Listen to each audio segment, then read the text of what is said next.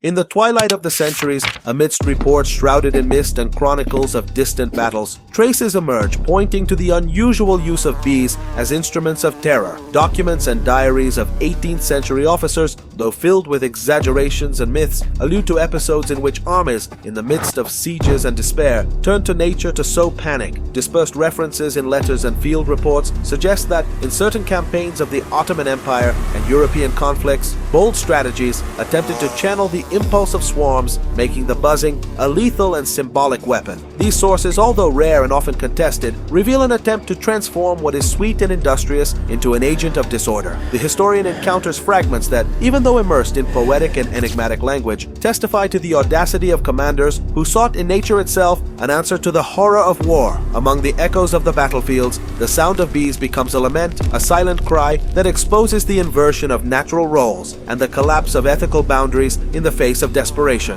When confronting such accounts with the rigor of historical methods, it is understood that the phenomenon, though wrapped in exaggerations and legends, carries a kernel of truth. In times of extreme need, the improbable becomes possible. Thus, killer bees are not mere products of the imagination, but reflections of a distorted reality where logic bends to the urgency of survival. This record, marked by doubts and echoed in war chronicles, invites us to look at the past with a tightened heart and a critical mind, extracting from it the bitter poetry of military innovation.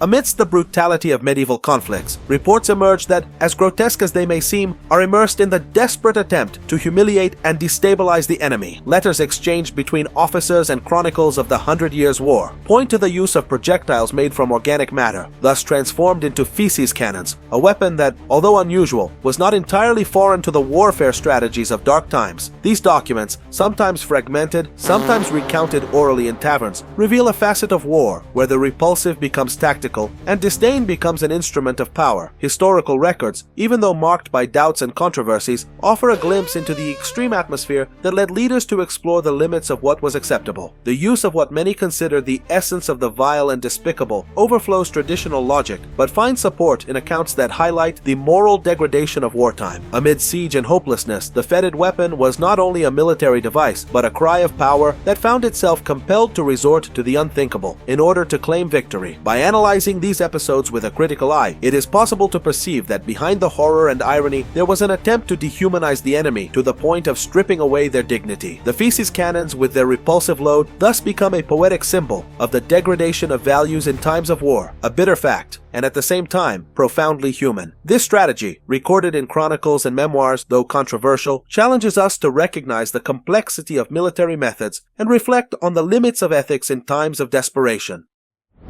In the shadows of medieval sieges, where plague and famine walked side by side with violence, there are reports that blur the lines between fact and folklore, suggesting the use of catapults capable of launching corpses. The most famous episode dates back to the Siege of Keffa in 1346, when, according to some chronicles, the attackers hurled the remains of the infected to spread diseases among the defenders. These records, though the subject of intense debate among historians, indicate that the tactic, sometimes seen as a desperate act, sometimes as a macabre calculation, had a profound impact on the way warfare was conducted during that era. Historical sources, such as chronicles and letters from officers, record that the use of corpses was not limited to a mere repellent device, but became a weapon of psychological destruction. The reports, though embellished with poetic elements and the inevitable exaggerations of the time, point to the reality of a scenario where death was manipulated as a tool to undermine the enemy's morale. Even though the precise details are lost over the centuries, what remains is the shocking image of a strategy that transcends the conventional, marking history with its tragic weight. Upon re-examining these documents with historical rigor, we realize that the corpse catapult, though shrouded in mystery and controversy, reflects a stark reality of medieval times. The accounts, confirmed by scattered evidence in old archives, reveal the willingness of strategists to employ every resource, no matter how macabre, to achieve victory. This tactic, though repulsive, invites us to understand how desperation can drive humanity to cross the boundaries of morality, leaving behind a legacy of horror that still echoes in the annals of history.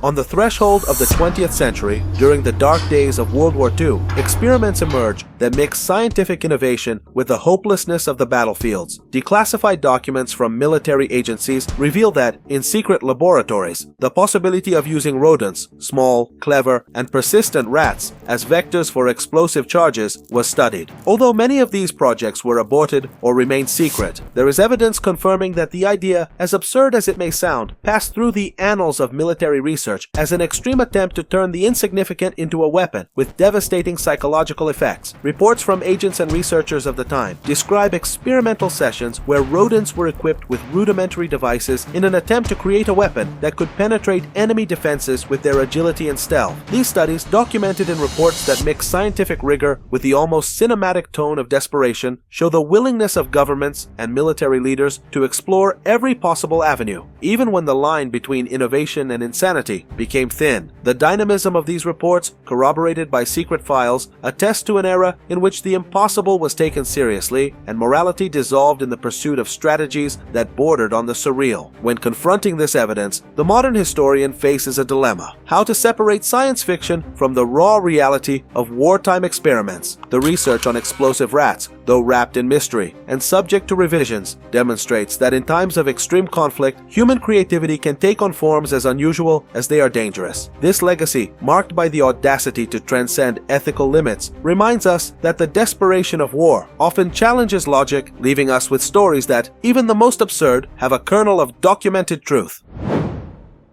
During the fervor of the Cold War, when nuclear tension permeated every decision and the future seemed uncertain, U.S. military laboratories invested in projects that seemed to come straight out of a science fiction novel. Among these, the Bomb Bat project stood out as one of the boldest and most controversial ventures. The idea of attaching incendiary devices to bats so that their nocturnal flight would trigger devastating fires in enemy strategic areas. Declassified documents, though scarce and filled with secrecy, confirmed that this project was studied with the rigor of science and the boldness of boundless imagination, seeking to turn nature into an ally of destruction. Recently revealed Department of Defense archives indicate that researchers from various agencies devoted themselves during the 1950s and 60s to experiments that combined bat biology with explosive technology. These investigations, accompanied by tests in remote areas, demonstrated that the combination of the erratic flight of bats with the unpredictability of incendiary devices could, in theory, create an effect of asymmetric